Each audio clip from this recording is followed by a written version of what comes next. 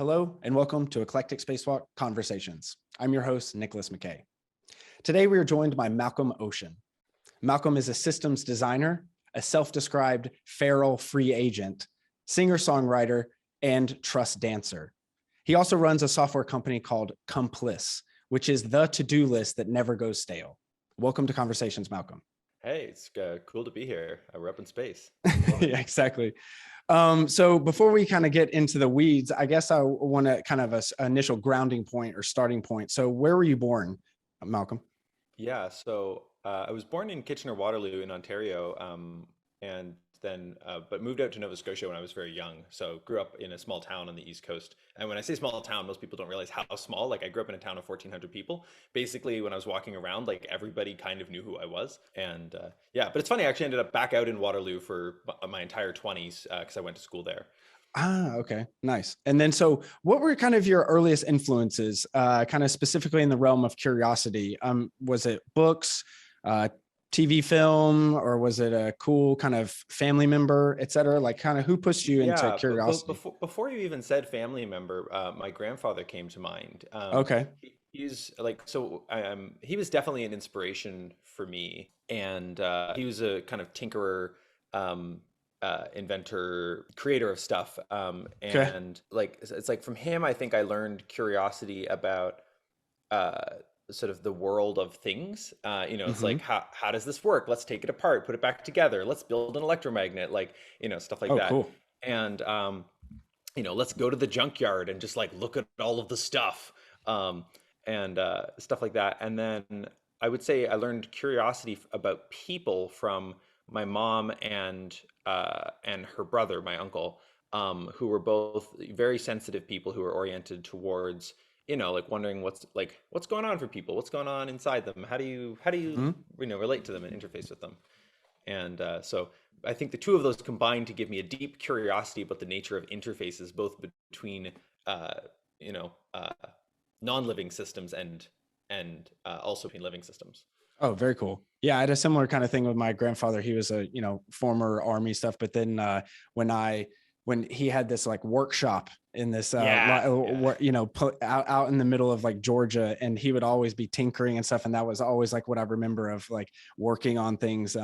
But so let's I guess you mentioned a little bit you went to Waterloo. So what's kind of a quick run through of your kind of school and work experience up until now? I mean, you went to school, and then what have you kind of been doing around? Like, how did you get to this point where you're a feral free agent and, working on yeah. all this kind of cool stuff? Yeah, so that was quite intentional. I mean, I've been a quite an intentional dude for a long time. And in yeah, so in university, I studied something called systems design engineering, Very cool. which unfortunately, at least when I studied it, was way too much engineering and not enough systems or design. Like they really could have used a lot more stuff on design thinking, a lot more stuff on systems thinking. Mm-hmm. Um, and I think they need to differentiate a little bit more from mechatronics engineering, which is like kind of a newer program that is more properly just a mashup of the other engineerings. Systems design can then be not just interdisciplinary like mechatronics, but could then evolve into a transdisciplinary program. So I would love to see that happen at U Waterloo, but I mean I'm not particularly trying to make that happen. Sure.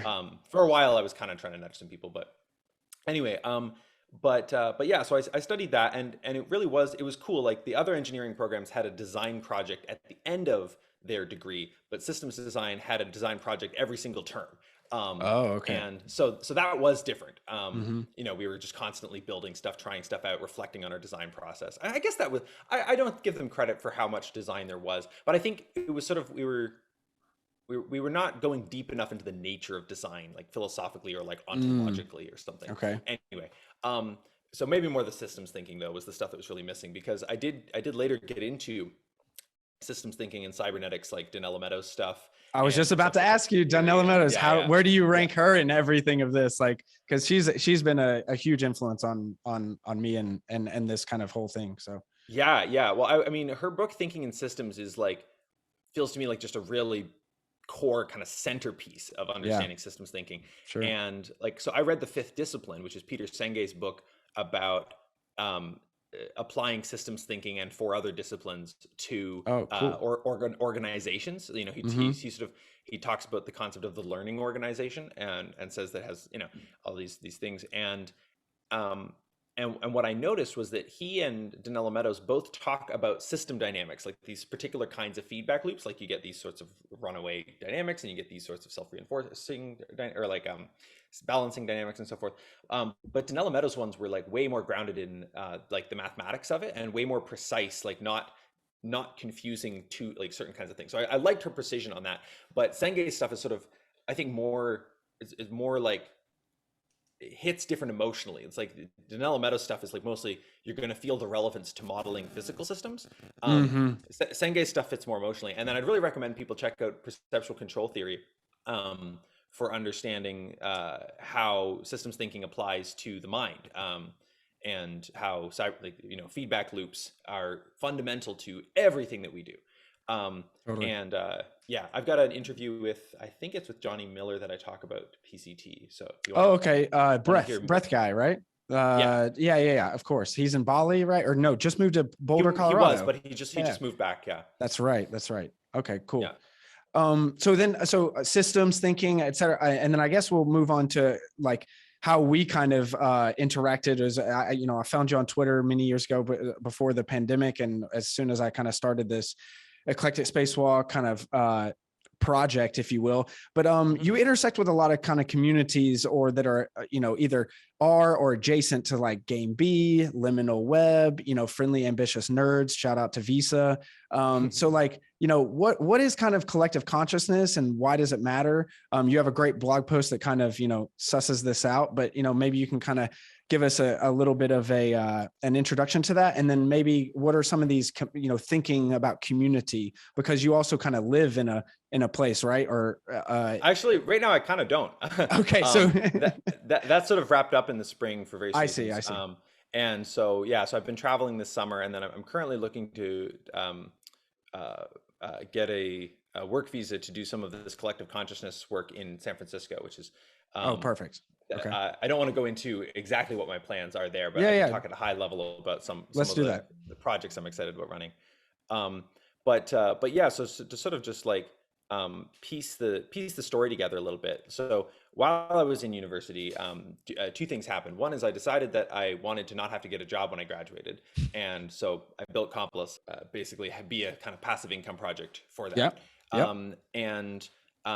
And that, you know, that worked, and so hence I'm sort of a fail free agent at this point. Like I work on Complice, but it's not, you know, it's sort of on the side, not at the center of what I'm doing. Yeah. And that was really good because like part of my thinking with that was not like I want to be able to rest. I Mhm. actually only learned what rest was like last year. Late But bloomer. Okay. yeah. But it was like I wanted to be able to work on whatever mattered to me without having to sort of convince anybody else that it mattered.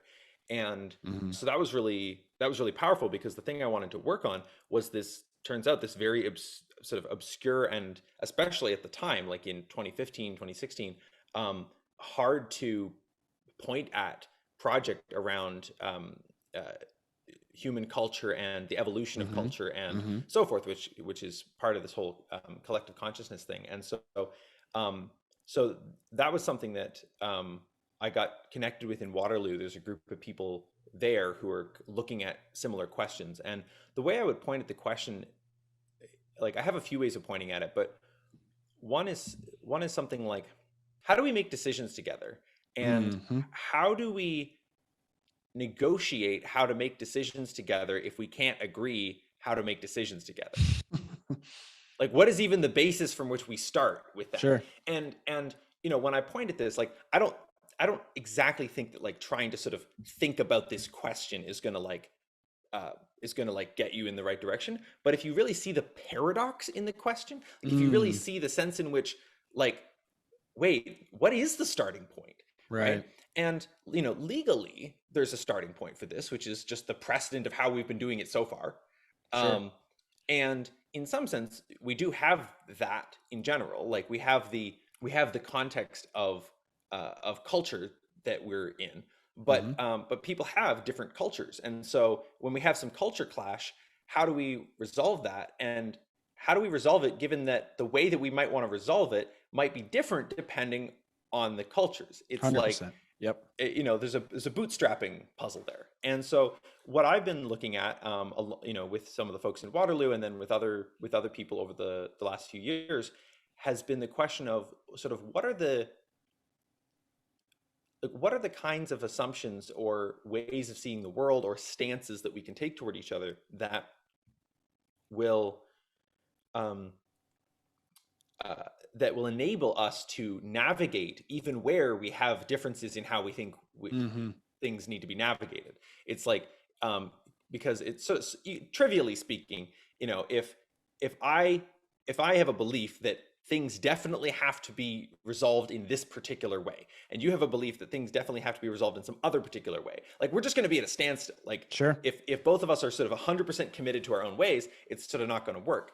But at the same time, you know, there is something really important about what each of us is holding. Like, if I just try to go through a reconciliation process that's the one you want, like, I'm probably gonna feel not quite at home in it. I'm gonna be like, but this isn't really, there's something missing here.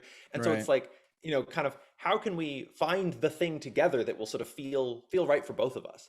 And so that's kind of the thing I'm thinking about on all different scales, literally from like internal to one person, where I sometimes call it full fractal buy-in, although it's sort of a weird term. No, but, I mean, spitting fire there. Say it again. Like, what was that? Full fractal buy-in. Full fractal buy-in. Okay. Yeah, I can lay it out for you if you want. I mean, go ahead quickly if you want. Yeah. Okay, so the basic gist is like, and this again sort of applies on scales outside of a single person as well, but it's most powerful.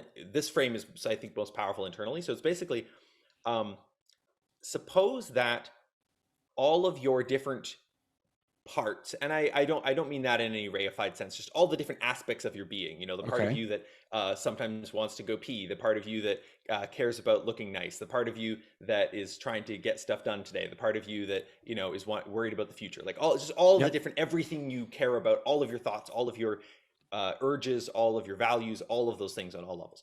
Suppose that those parts all had like a way of dialoguing with each other that they all trusted would lead to things would lead to their care about kind of getting incorporated into the behavior of the whole organism, sort of in a way that they could trust was sort of appropriate or something like that. Oh, wow. And so, yeah. No, I mean, that sounds super interesting in that, like, what is, we contain multitudes, but it's like, it's more like fractal kind of things, and rather than, right. That's interesting. So getting them all, not just, I guess, on the same page, but working towards something, I wouldn't say a destination, but a common goal of et cetera. Like, yeah. And basically the common goal is we all want to be able to resolve our differences well. Like, right.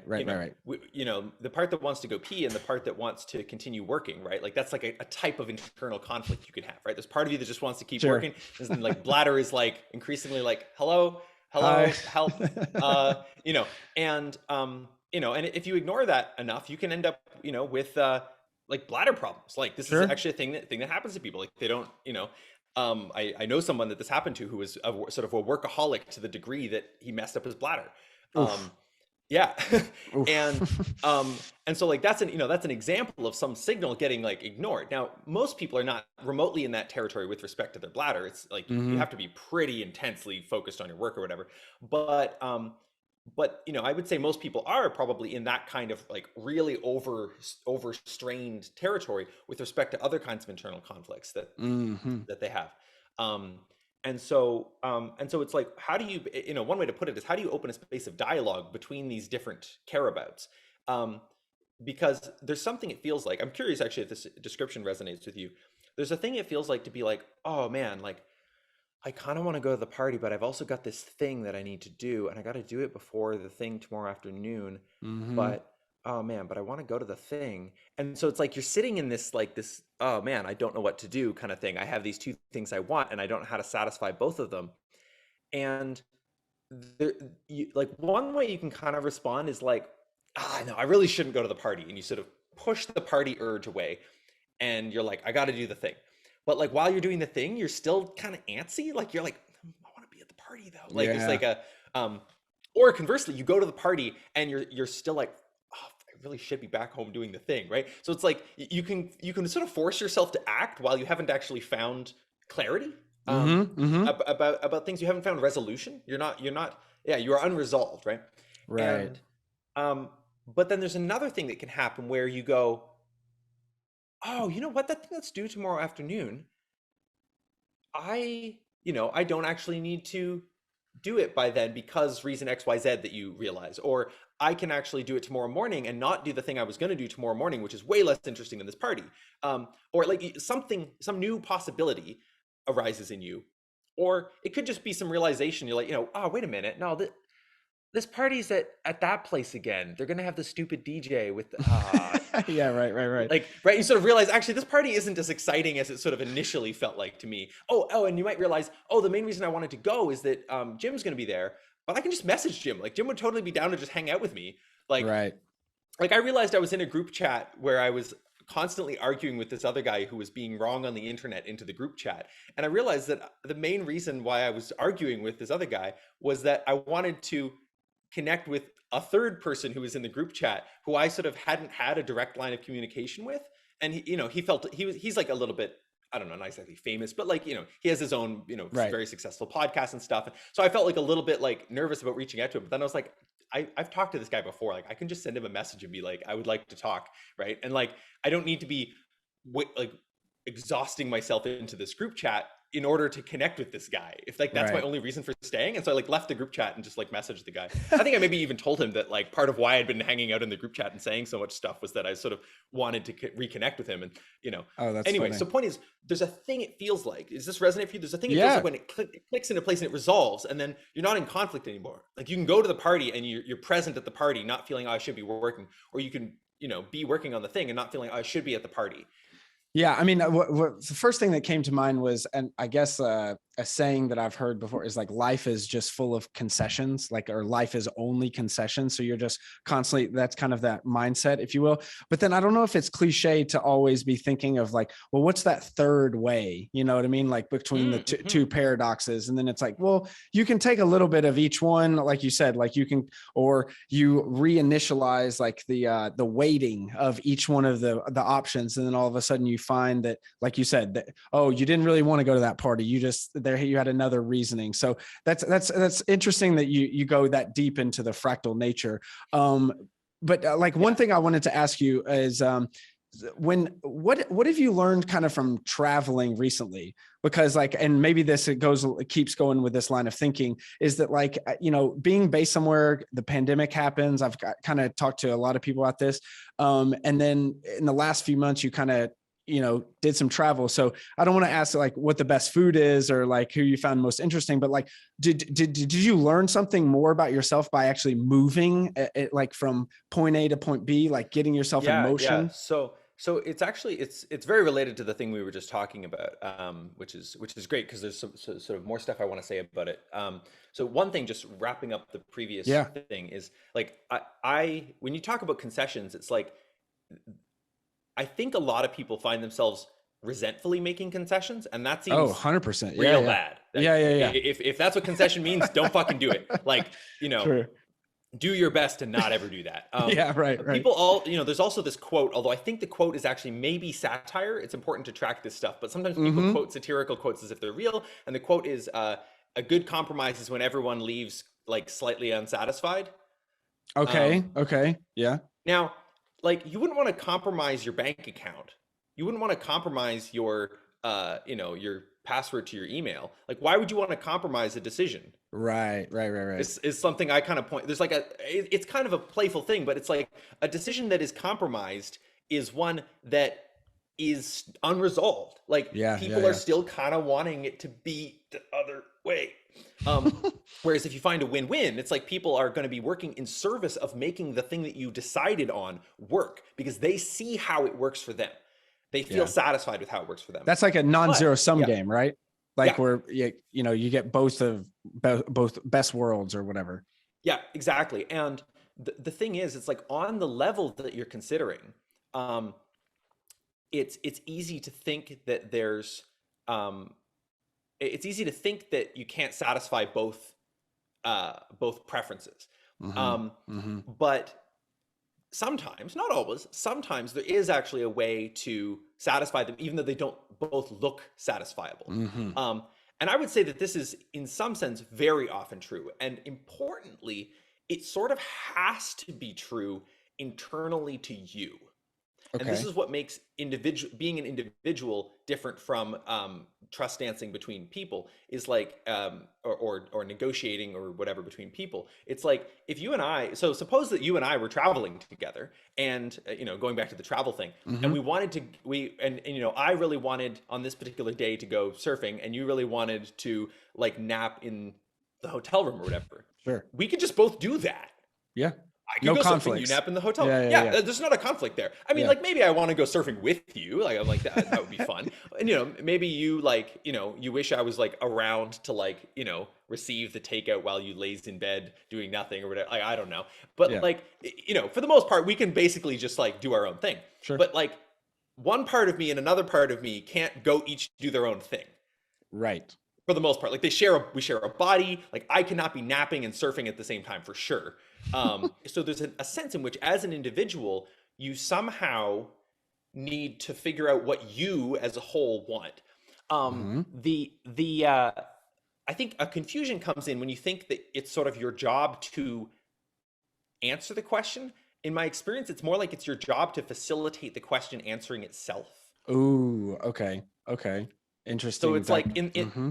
in the case of this party versus do work example that I gave, in this hypothetical, there's no way that I can. It's obviously, in the case of this hypothetical, there's no way I can say what the right answer is. Like, it depends on the person's values, and it depends on the precise nature of the situation, like whether they can reschedule something tomorrow, whether there's going to be a dumb DJ there, whatever. Sure. But it's not just that I can't say what the right answer is about this hypothetical. It's actually that if I'm in the situation, I don't know what the right answer is. That's the very situation that I'm Mm-hmm. in. So it's sort of like, I need to find out. I can't just say, oh, well, it should be this, so I got to find a way to make this. Nope. I actually don't know. That's why I'm stuck. Right. Right. Right. Right.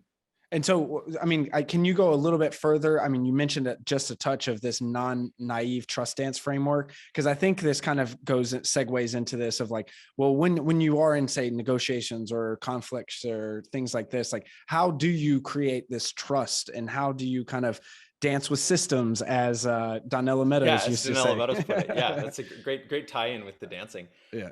I should go reread that essay, the Dancing with Systems, or I think that's the name of one of her essays. Yeah. And the first step is something like get the beat of the system. And I'm not going Mm-hmm. to say that this is the same thing, but it feels vaguely related to like part of the sort of the first aspect of doing trust dancing is actually taking stock of what trust there is and isn't, and just like allowing people to have, or allowing the parts, if you're doing internal trust dancing, to have whatever trust they have or not of each other. And so, like, there's a sense in which, like, if somebody was dealing with this conflict about whether to go to the party or whether, or whatever else, it's like I might guide them through having the part of them that wants to go to the party say to the the part that wants to do the work, like, I don't trust that you're caring about like having fun or something. And the work Right. art might say, like, I don't trust that you're caring about uh the abundance that allows us to like go have fun, have our Mm-hmm. lifestyle or whatever, like in terms of doing this work. um and then kind of the next key step is respecting, like, first acknowledging, but then also just like respecting and honoring and sort of validating that distrust. It's like, oh, like, if you can't trust this about me, then like, you can't trust it. Like, I'm not going to ask you to trust it about me. And part of where people get bound up in their conflicts is they have a kind of sense of like trying to get the other person to sort of to trust them. I feel like I'm jumping kind of a few steps here a little bit, but let's see. Well, how do you, I guess, So how do you make it like, I guess, like non-naive, like what's at the first part of right, this? right. How Yeah. do, how exactly do you do that without like you just said, look, if I don't trust you, well, then maybe there's a slight inclination to then also not want to work because at something that both of us are coming at, or so, I'm trying to kind of Right. Yeah. Yeah. connect the There's two. a totally. So so often what gets people stuck is they feel like if I trust myself about something, then you should trust me about it as Mm, well. Like mm-hmm. I know I care about this, but you might think that I don't, right? Like, Yep. suppose that instead of two people, or sorry, it's suppose that instead of one person with this conflict about whether to go to the party or do the work, it's actually two people, right? Who Mm-hmm. both have this shared project and both also have this party they could go to.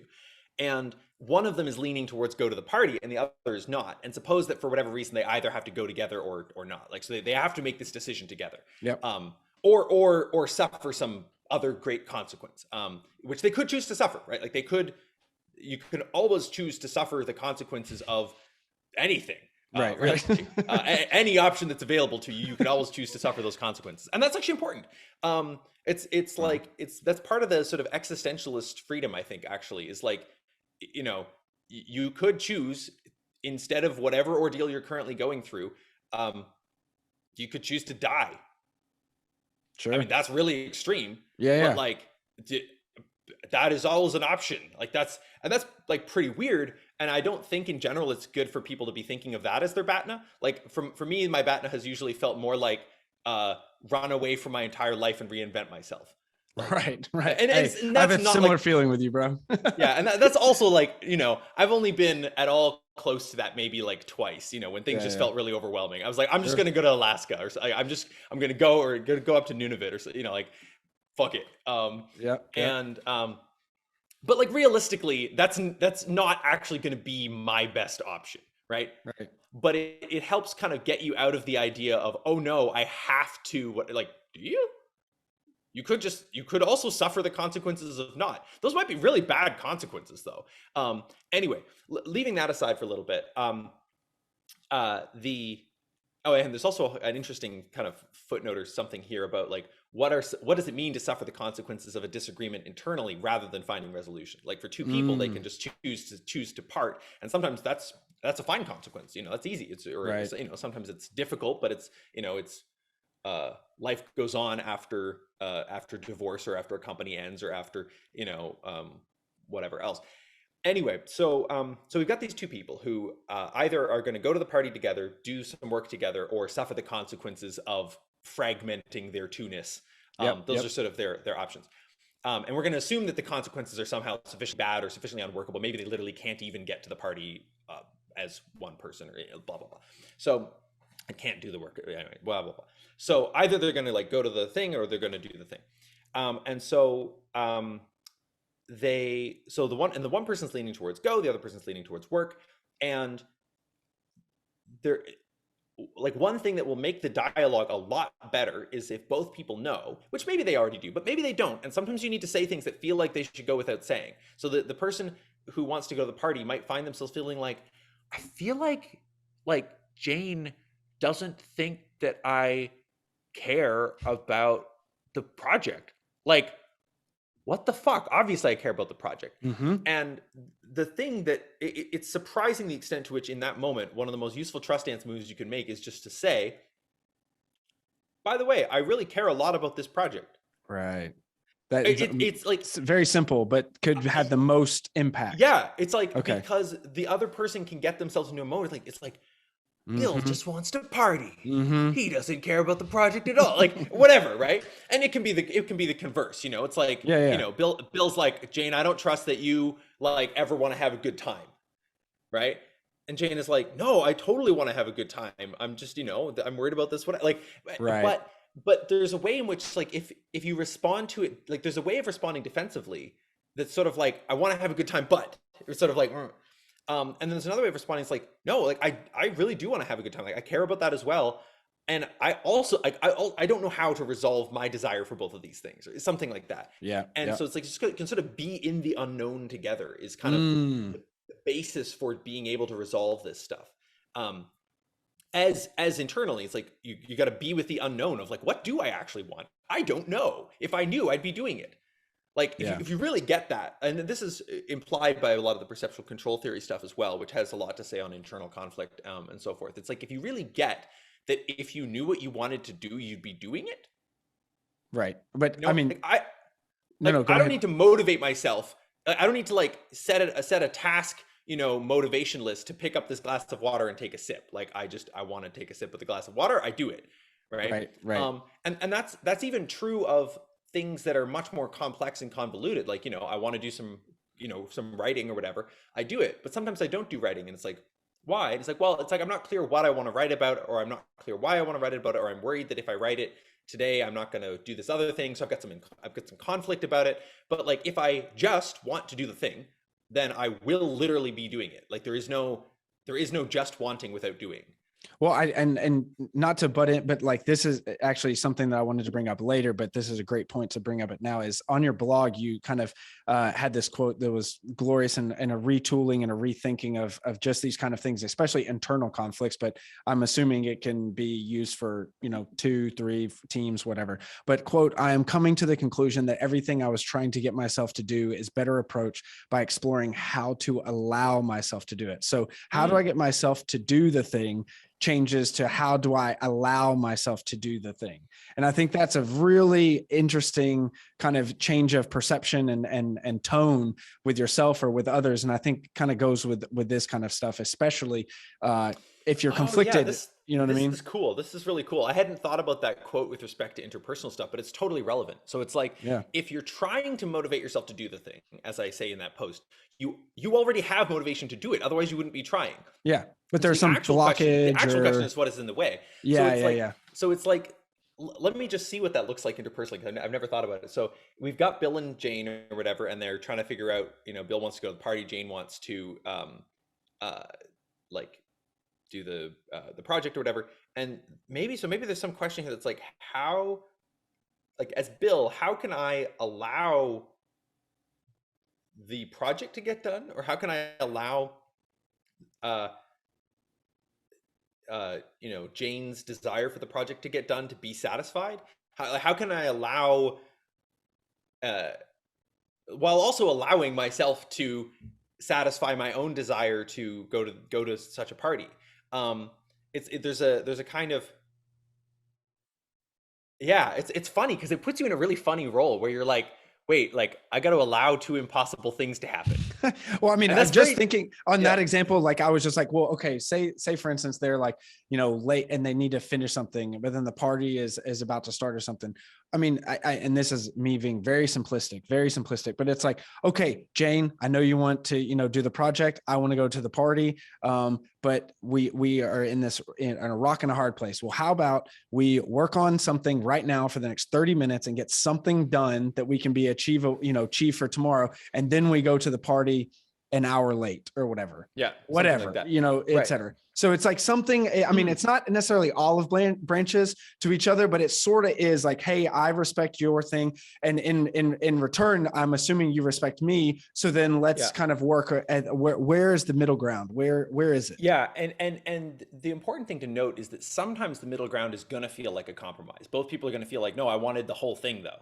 Oh, sure. Okay. Good point. Other times it's not. And you can't know in advance whether it's going to feel like that. Yeah. One thing that does tend to make a difference is whether people feel understood. Like people dramatically discount the just like how much of a difference it makes for people to be able to take each other's perspectives in the situation. Oh, sure. Like to be heard. Yeah. Yeah. So it's like the difference, like, you know, again, none of this can be said for certain outside of, you know, in the context of a hypothetical, because it has all of its particulars.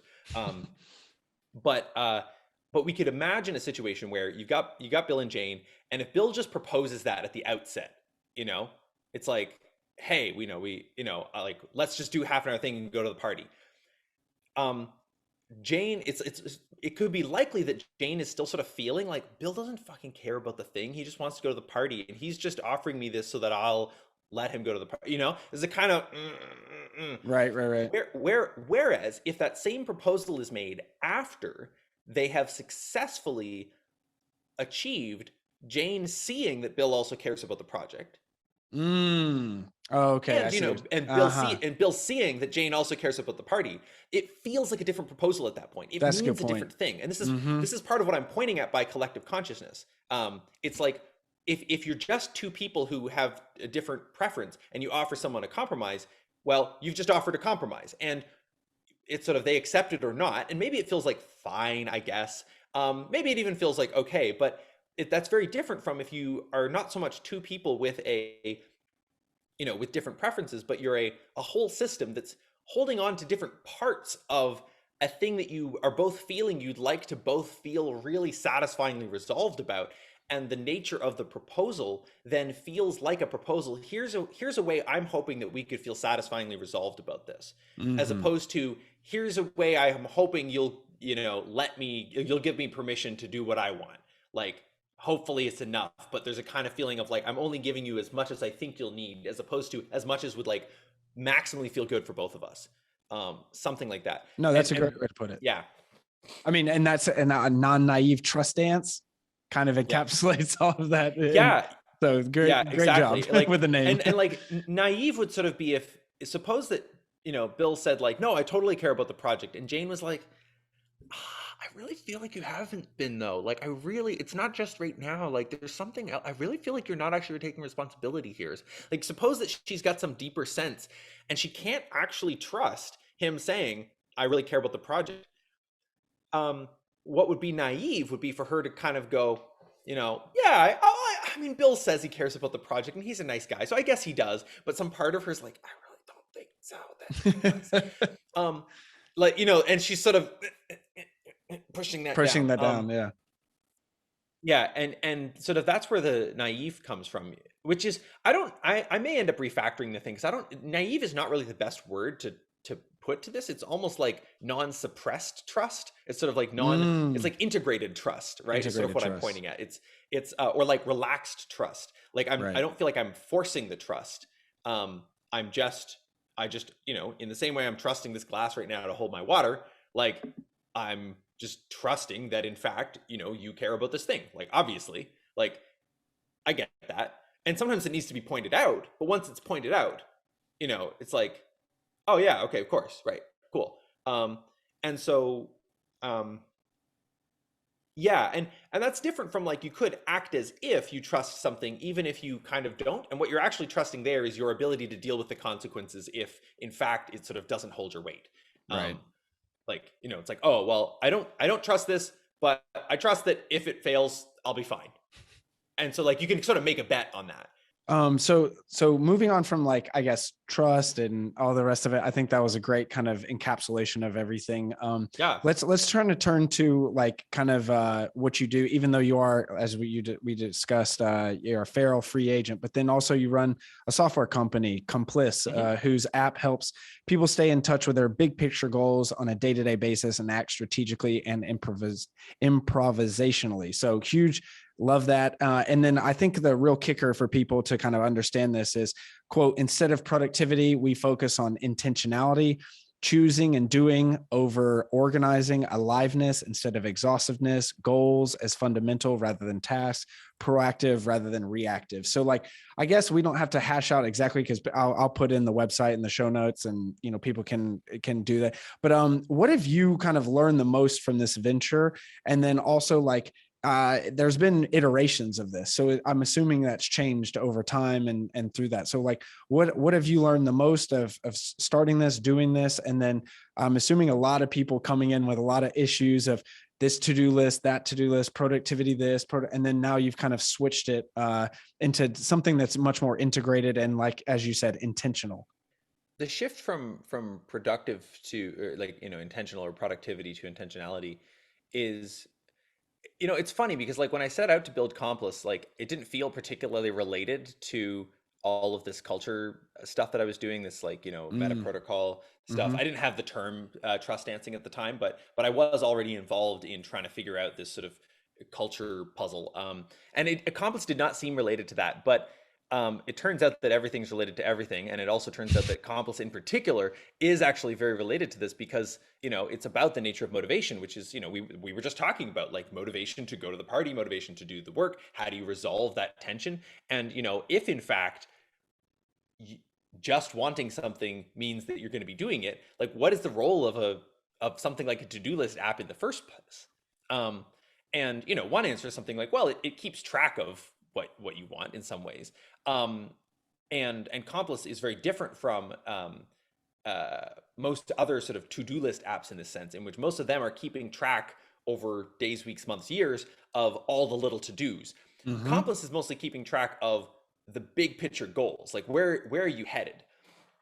And so then on a given day, you're sort of improvisationally figuring out, well, how am I going to resolve some tension between, I want to work on this goal and I want to work on that goal. Like, what am I going to do today in the context of whatever today holds? It's like, oh, today I've got a podcast interview. Okay, I'm going to do that. Today I've got I want to work on this piece of writing. Okay, I'm going to do that. And so over the years, I've gotten a sense of, like,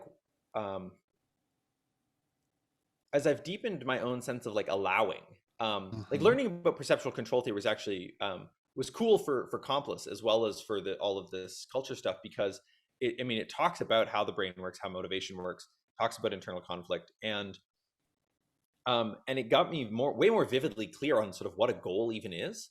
There's a sense in which what a goal is very simple and is happening all the time at like this, on this huge fractal array of different scales in your body mind.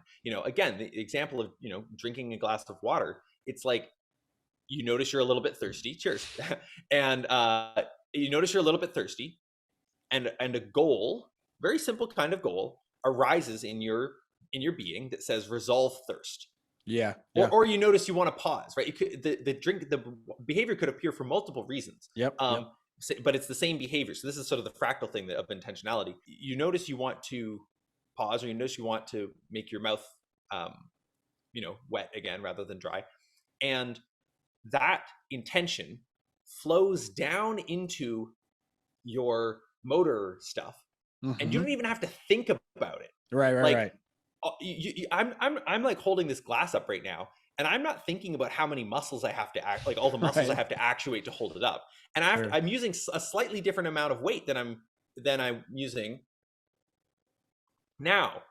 I'm now holding the glass up with a slightly different amount of weight, and I can't even consciously tell the difference, and I don't have to, because my muscles aren't thinking, oh yeah, put in X newtons of force to this joint, and my muscles are simply solving in first person a differential equation that results in the glass not moving. All I'm doing is saying the glass is going to not move. I'm actually standing on a treadmill right now. I'm on a treadmill desk, and fascinatingly, if I turn on the treadmill, I can still keep the glass approximately motionless. I mean, it gets a bit more wobbly. For sure. But I can just sort of, my legs are now participating in keeping the glass exactly where it is, right? Or like, I can, move around like anyway. That's sort of just me rambling about PCT, maybe a little longer than. But higher brain functions and ordering, you get into the deeper layers. The point being, like, for sure, your the higher order of your brain is maintaining some sense of good partnerness. Like, I want to be a good partner, or a good conversationalist, or and then you have whatever sense you have of what that means, and then you have whatever behaviors underneath play into that. But you might notice some conflict where some part of you is like, I want to be assertive, and another part of you is like, I want to be gentle, or like, I want to be kind or friendly or something. And maybe your concept of assertive sometimes conflicts with your concept of gentle, and so in one moment you're a bit and then you're like, oh, I gotta be gentle, and you kind of go back and forth or whatever, end up being kind of like socially pulled around by your own sense of how you're supposed to behave. And similarly with goals, right? Those are also goals. Similarly with sort of do stuff type goals, like you can find yourself being like, man, I haven't taken a break in forever. I got to go take a break. And you like go take a break. And then you're like, man, I haven't worked in forever. And there can be a kind of like whiplash feeling going back and forth between these various things. Oh, I got to go get some shit done. And so it's like seeing that goals are this really fundamental thing to beingness, that like, that there's a sense in which the word goal is describing like literally I'm actually not sure what the order of magnitude is, but easily thousands, maybe millions of things that I am doing right now in order to utter this sentence. Right. You Right. know, at a high level, there's only a few of them. Down at the level of like individual muscle cells actuating and individual auditory receptor cells that are actuating to make sure that my, you know, what I'm saying sounds right. Right. Although I guess, you know, you can, there's other feedback loops with your tongue, like you can talk even if you're deaf, blah blah blah, you know. But you know, somehow I'm, and then I'm also maintaining a sense of you and whether you seem to be understanding me and following what I'm saying. Although I think I could be more present to that than I was before I thought about it. You know, I was like, I was actually like looking at myself in the self view in Zoom. I was actually not I've looking at caught you. myself doing that because Yeah, I've had to like go up a little. It's like, yeah, no, stop doing the feedback to yourself. Like just look at yeah, Malcolm. yeah. Like, who am I talking to right Yeah. now? It's like, um, and anyway, but going back to Complice, so it's like Complice I see as a kind of like almost like a laboratory to explore your own relationship to intentionality. So it's like, you Ooh. know, you write down all these things that you care about, like your sense of you know, okay, there's these things I want to move towards on, you know, over the next months or next years. And then you kind of find out, how do I actually relate to that process? Because, you know, obviously for stuff like this, it's very easy to just be unconflicted, like, oh yeah, I want to take a drink of water. Right. Success, goal achieved. Um, and honestly, I think a lot of people would actually benefit tremendously from experiencing their own intentionality a little bit more, just like very directly. It's like noticing, I want to listen to this song, like put on the song. I listened to the song. I wanted to, and I did. I just achieved that. Like, Right. there's actually something real there. I think that people, including myself, could benefit more from, and just take a moment to celebrate that you have the capacity to do things. Um, but you know, at any rate, obviously, you know, once you get to like much bigger things, which are also, you know, worth pausing and celebrating, you start to run into a lot more conflicts, or you can find yourself forgetting that you even sort of had the goal in the first place. Like you intend it, but then you sort of, you know, it just kind of gets mm, uh, lost in the clutter of things, or whatever, Right. mentally or physically, right? You might like buy an object intending to do something with it, and you know, if that object stayed on your kitchen table until you did the thing, you would definitely eventually do it. But instead, it goes on a shelf, and then it goes in a cupboard, and then it goes in a box, and you sort of never do the thing. Um, so Complice kind of, you know, keeps your long-term goals from getting put on a shelf and in a box and, you know, sort of ignored. But there is still another part too, which is like kind of creating the space for you to figure out how you feel about these long-term goals. And so it's like I have a goal right now that involves growing Complice so that I'm making a lot more money, so that I can not just have not just be a feral free agent, but have a feral free family. Um, and I'm clearly definitely motivated toward doing that. Like I can feel like, yes, I want that. You know, I kind of vaguely wanted more money even before I was started thinking about family, but I like definitely want it now. And I feel very clearly drawn towards that. But here's where the allowing myself comes in, because I Mm. think there's parts of me that don't want that. Or well, they don't want something, and they're putting the brakes on growing Complice. And it's like, okay, well, what what are you guys actually putting the brakes on? Because I don't think that these parts are in conflict with my vision of how it would feel to have a really abundant family life. Like that, they want that. So it's like, do they want to not do that through Complice? Do they think that they just don't want to work for it? They want someone to just give me $10 million, and then I would have abundance that way instead. Right. Like, what do they actually want? And like, can I bring that in dialogue with reality? And so I found two main things. Like one is like, you know, there's parts of me that are a little worried about like, oh, what if I had a lot of money and then people wanted me to give them money, or so, like, you know, I don't know, like this is a sort of a thing. Wealth does weird things. Yep. And then another is something more like, you know, if I actually like grow Complice to the point where it's making a bunch more money, then maybe it would also be more work. And I just like don't want to have the more work that would be involved Yep. in that. Yep. And and so it's like, okay, those are two very real things. And you know, in terms of the first one, I had some other weird hangups around money too, that related to, you know, various things that happened throughout my life, of like how money worked in my life, like sort of beliefs that I had. So I've been kind of working on untangling those using coherence coaching and some other techniques. Um, but to some extent, like you can almost, and this is part of the point that Visa sort of makes with his introspect book. It's like you don't per se need therapy, but you do need to like really look at stuff. Um, Mm. you know, Mm-hmm. and so it's like you don't need you don't need any particular technique, but you do need to look at stuff. And that's kind of what the Complice reviews facilitate. Like, particularly, I just recently did my quarterly review, and it asks these questions that I love. I love the quarterly review questions. Um, and I just came up with them spontaneously in the moment of inventing the quarterly review. But Okay. like which was actually a relatively new addition to Complice. Like, it had a weekly and monthly and yearly review for a while, but it was missing quarterly. And Oh, okay. Yeah, sure, quarterly sure. is really important, right? Yeah, for sure. And so the three questions are, well, they have sub questions, but question one is, what were your biggest wins and how can you repeat those or build on them? Okay. And there's a similar question in the weekly review, but it's worth asking on a monthly scale too. Um, and then, yeah, actually, I might change that first one. I'm not sure what to though. But anyway, then the second one is, consider what you've been doing. Is it moving the needle in the ways you intended? Mm-hmm. Any side effects, wanted or unwanted? Mm-hmm. And so it's like, that's sort of drawing your attention. Okay, you've been doing some stuff, presumably. Is it working though? Right. Yep. Because that's the kind of thing you need to be asking something like quarterly, because it's like, on a daily basis, you might just be like executing your marketing plan or whatever. Like, Yep. but if the marketing plan is supposed to get more people by now and it hasn't, so that's important. And then, what have you been ignoring? Why are you ignoring it?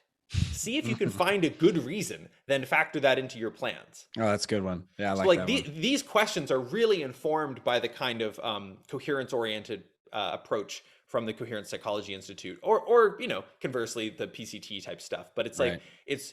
I actually, on reflection, no, the first question is good, because it's like, we're basically asking like three questions. What have you been doing? What haven't you been doing? And also, what worked? So we're sort of Yeah. coming at it from three angles. And it might be that some of what you were doing also worked, but like, it's sort of, there might also be that there was a big win that wasn't from the things you were doing. It was more just like a crazy opportunity that happened. And like, that's worth acknowledging and kind of wondering if you can get another one.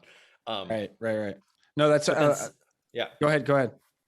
But then separately, even if you haven't had a big win or anything like that, it's worth looking at what you did do and going, well, why? What did that achieve? And also, is the stuff I'm doing having some side effect that's going to be building up some conflict that's going to make me want to stop doing it? Right? It's like, Right. okay, I've been doing this. Like, so maybe it's like, okay, I'm going to improve Complice's growth rate by having calls with new users. This is a thing I did back in 2015, and so I might find myself saying, okay, yeah, definitely people are converting at a higher rate than they were before now that I'm having these calls, but also my week is full of calls. Right. Right. And like, I actually Yep. don't like that. So it's like, okay, well, what do I do with that? Yeah. Because like, if I keep going with that, it's sort of, I might burn out on it. I might get resentful or grumpy or whatever. And this is the nature of the compromise thing, right? It's like, something is compromised in how I'm approaching this, and I need to find a way that is in like full alignment. That's great. Well, I mean, I definitely want to try and do the I think it's the 3-day workshop that you guys had. I missed it this past year, but definitely want to try it, and Yeah. very interested. I'll link Complice and in the show notes, and hopefully people will try out. Maybe you get an uptick from the Eclectic Spacewalk Yeah. community, etc. Yeah, we'll see. But I can give you a special link that'll give people an extra week of trial, and will let us track that. let's do that. Let's do that. Easy to do. So Um, I was just going to say, just by the way, the workshop is Yep. a 5-hour workshop, not a 3-day workshop. Oh, sorry. Yeah. I knew it was more lengthy, but yeah, sorry about that. But so I guess so we have 5-10 minutes, and these kind of the last questions. I asked one of our mutuals, Nico, and he's on Twitter at Sisyphus. And it's for some weirder questions. So I kind of want to go through a little bit of a not rapid fire, but I just want to kind of get it on your mind. Quick weird angles. Quick ones. Right, okay. So like, and then you can, wax or just whatever. So have you had your I made it moment yet? So I had one I made it moment in 2015, I think, in the fall, when I'd gotten the Complice growth to the point where the number on my, like, how much revenue I'm making had hit the threshold that I was targeting for not having to get a job. Okay, that's always that's a big that's a great Yeah, number. That's a yeah. solid number. It was a very low threshold. Like That's hilarious. it's literally like I think Scott H. Young coined the term poverty threshold. It's like Okay, okay, the sure. level at which you can ramen profitable is kind of pointing at the same thing. It's like, I was not paying a lot in rent at the time. I was eating very cheaply. I now eat almonds and cashews rather than Whoa, peanuts, so I feel very whoa. rich. Um, but like at the time, it's like peanut butter was like a major staple of my diet, and Okay. that thing is one of the, you can buy 3 days worth of calories of peanut butter for like $5 when it's on sale. Right, right, Um, right. I get you. like, you don't want to be eating only peanut butter. Anyway, so you get the idea. So, but Yeah. point is, I had a sense of like I made it in that moment.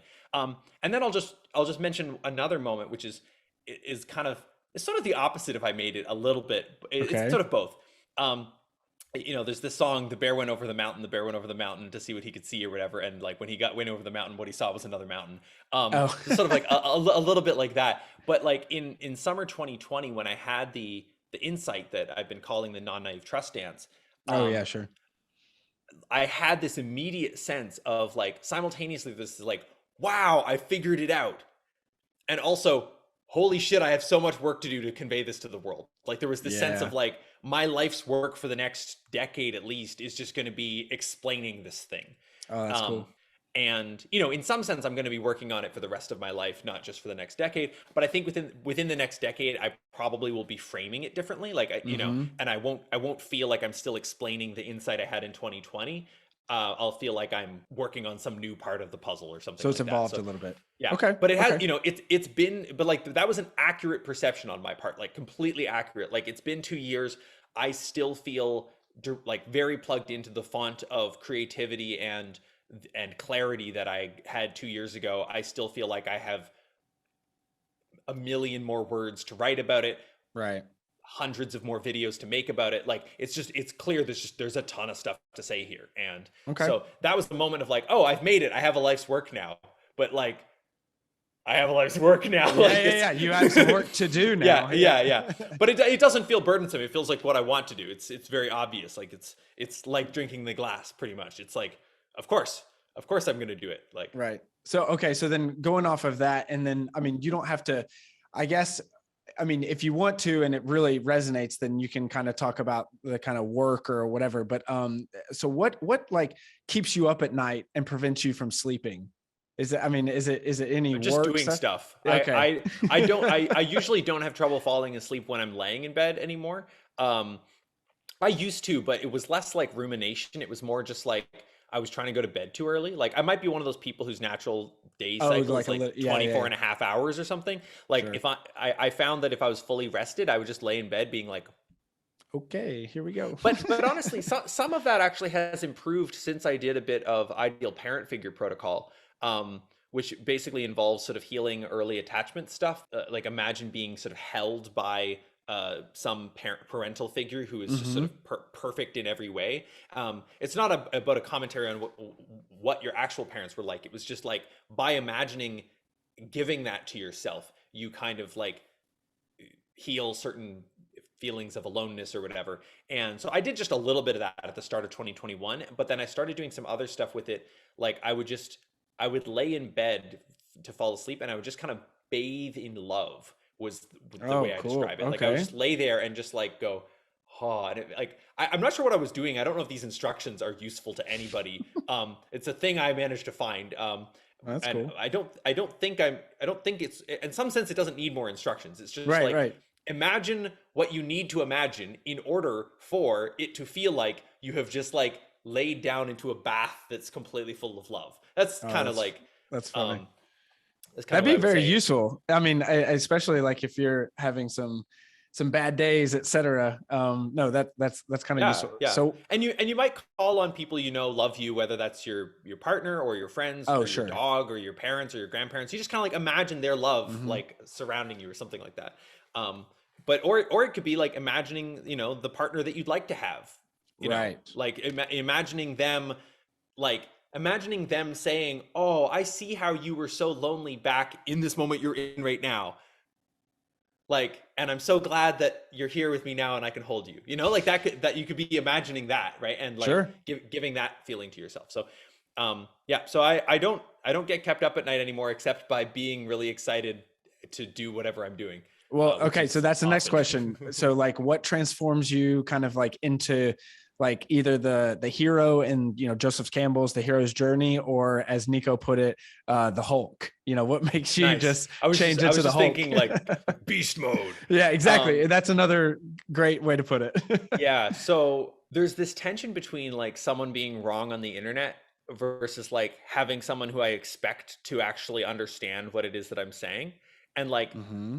a lot of people are motivated in their writing by trying to write it, trying to explain to people why they're confused. And I've done a bit of that, but recently the thing that's actually been really driving me is like I attempt to write something up to explain it to like one person who I'm really close with, Oh, okay. who I Okay. feel mostly gets me already. And I'm Right. like, let me just lay out all of the little minutia of all of the stuff. Check it out. Right. Look at all this stuff, right? You Um, get me, right? yeah.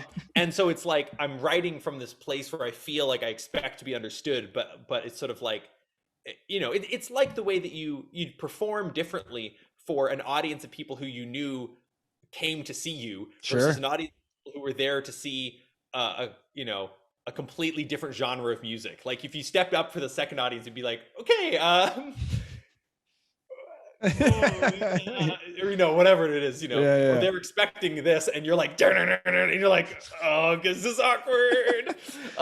Right, there's something there, easier to kind of get in the pocket. And then the second half of the answer to your question is Yeah. music.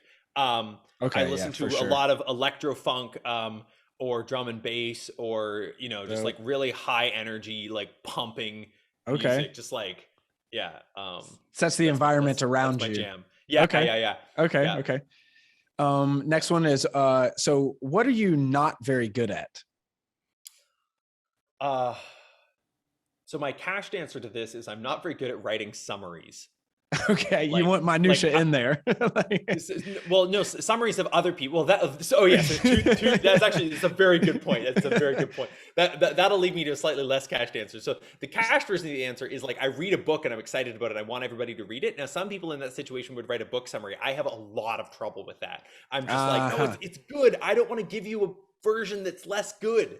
Okay. I just want you to check the thing out, like, and like it for its own sake. But like, I don't want to be the reason that you think that it's dumb, Yeah. right? Like, so, and Okay. that's part of what gets in the way of me like trying to write a summary is, and that's sort of, that's an emotional block. I could probably work on it, but for now I've actually just surrendered to it. I'm like, yep, I don't write summaries. I've now gotten dozens of people to read McGilchrist and perceptual control theory by just talking excitedly about them and talking about how they connect with other theories, and like not actually mostly summarizing them at all.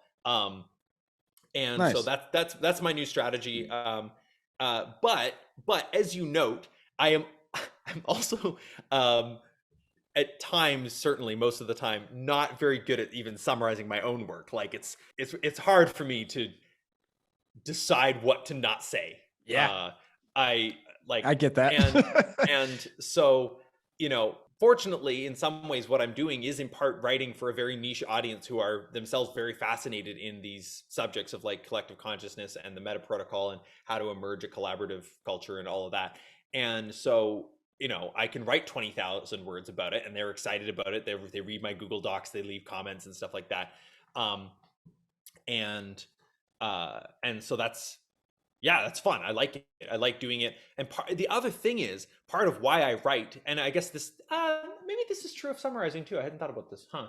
Part of why I write is to clarify my own thinking, and Oh, sure. that That definitely does benefit in part from the absurd verbosity of it. Like I'm just like, no, I want to explain every last fucking detail of this thing. yeah. Like, I wrote a doc called How We Get There, about a year ago, or well, it took me like 5 months to write it or something. It's like 20,000 words long, a third of which is appendices. Oh, But Jesus. that was just Nice. sort of the appendices is like stuff I also wanted to say that's relevant that I managed to not fit in the flow of the main thing. Right, right. you know but the like that's laying out in sort of painstaking detail like the model that sort of sprung to mind, it actually was part of what sprung to mind in the moment I sort of grokked the non-naive trust dance in summer 2020. I was like, I also had this sense of, oh, and here are the implications of that for how we get there, like where there is like this collaborative culture place, like, or where, put another way, there is like a culture, a group of people, an experience of being in a culture with people where like everything is talk aboutable, and everything, people feel so like fully trusting around each other, but not in a naive way. Like they're just actually like, they trust that they can talk about everything because they can. And they can show other people how to also do that. Right. As so how do we get there? And so yeah, it's like, it was really clarifying to just write that out and not try to edit it down.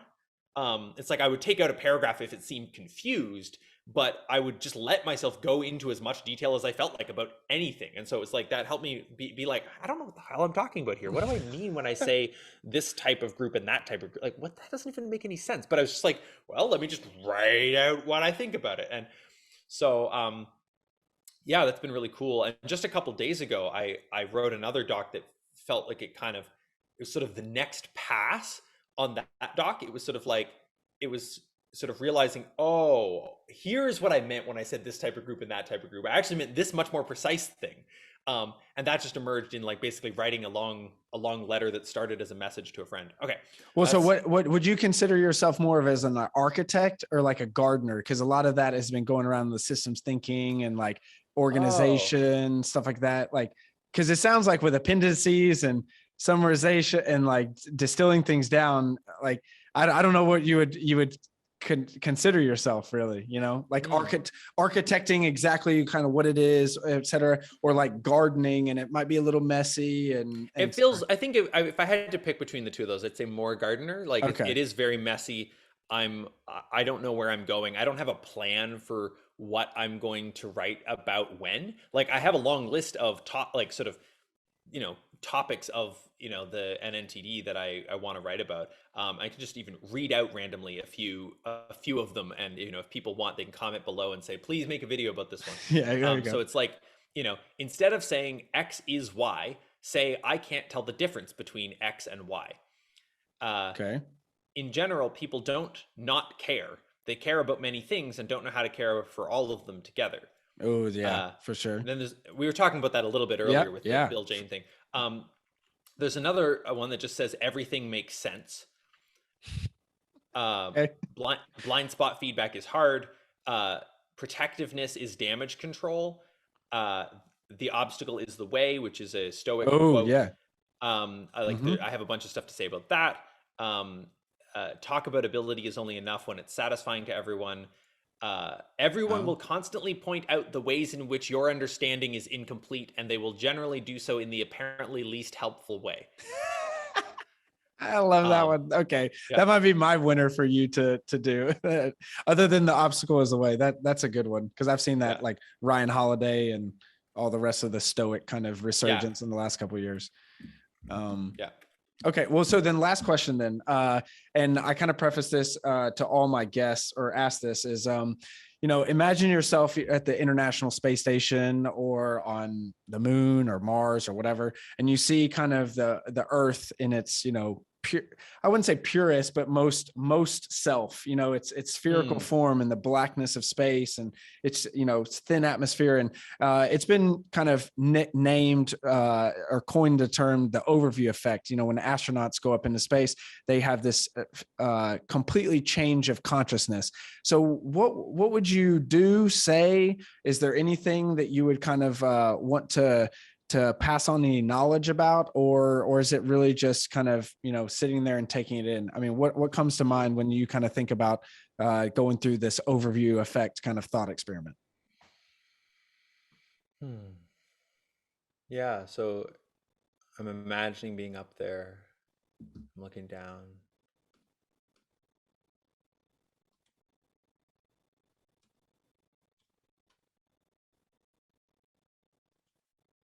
Seeing the Earth. Feeling the sense of like home. Okay. Whose home? Your home? Yeah. Yeah, well, our home. Our home. I like that. for Okay. for our home for the largest we that there could possibly be, like it's sort of, you know, um and eh, like, humanity, I think that is part of the thing with the overview effect, is like humanity doesn't experience itself generally as very united. Mhm. um like and if we could, that would make a difference. And that's, I mean, that's what I'm working on in part, is like how can we see ourselves uh as part of a larger whole that we all care about, and how can we create better instantiations of that larger whole um that will care for us better, because there's kind of an Mm, interplay between that. It's like sure. all of the cells in your body are sort of participating in making you work, and then you're sort of the one that feeds them in a sense, right? um and Yep. but also, like, while there is a fractal similarity there, we are very different than cells. Like, Yeah. cells have homeostasis, but it's sort of, in some sense, it's not there. Like, right now I can like scrape off some skin cells uh from my skin, and like they die, but maybe some of them are already dead. Even, sort of, they sort of, their life cycle is very different and sits on a different level. And a human life cycle also sits on a very different level from humanity. But there's a way in which I think, I don't know, this is one of the discussions I've been having with my friend Michael. It's like, is there a sense in which we should be really seeing ourselves as also precious, like orienting Mm. to them as precious, which is not to say that we don't, go rock climbing and scrape off a bunch of them, but like feeling like, oh, that's life, that's part of me that's dying. Oh, not that I shouldn't have done it, but like But more sort of interconnectedness. honoring it. Yeah. And Yes. sort of feeling that all the way down, so we can sort of also experience all the way up, because we want the larger wholes that we're part of to honor us and experience our preciousness that we experience in first person. Well uh said. so yeah. Yeah. um I mean, I that's like kind of that what you actually like went through the whole process. I think you're the first person to actually kind of like close your eyes and think about it. But that's kind of that. imagine. Yeah. Yeah, yeah. But I mean, I think that's the most popular activity in the free time of the International Space Station, is like astronauts going to the cupola and like just sitting and watching. Like, I think they call it like Earth viewing or something like that. Yeah, yeah. Um, I imagine the other thing that I would end up doing, when I thought of this, I was then thinking of Chris Hadfield. But oh, okay. Yeah. uh, I think the other thing I'd end up doing is I would probably write a song or two. Mm. And he recorded a song with the Bare Naked Ladies, that he and they Oh, wrote, I guess. okay. And like he's playing it in space, like, Oh, that's sick. so Okay. that's pretty cool. I'll have to maybe link that or something in a card. Yeah, But yeah. hey, so I mean that's really all the time we have, but just wanted to give you kind of the floor. Any, future projects or any last kind of remarks that you want to kind of plug or say anything before we get out of here? Yeah, I mean, uh, I guess the two things to plug is, like, one, check out Complice. People learn a lot from it, even if they don't end up actually using it ongoingly. Like, just the process of Sure. getting onboarded and trying it out, like, people learn a lot from that. And then the second thing to plug is, I'll just say at a high level that with the work that I'm doing on culture and trust and all of that, I'm looking for a bit of nonprofit shaped funding. And so if you, Nicholas, or if you, the listener, know people who might want to turn some of their money into more awesome stuff happening on that front, then yeah, get in touch. And you All can right. reach me on Twitter is probably the best way. Like, Twitter DMs, my DMs are open, as they say. Okay. Well, I'll definitely put your website, Twitter, and then Complice website as well in the show notes. But hey, thanks so much for an awesome conversation. And again, like, this has been great, and to many more. I hope that we do this again. So thank you for coming on Yeah, Conversations, Malcolm. awesome. Appreciate it.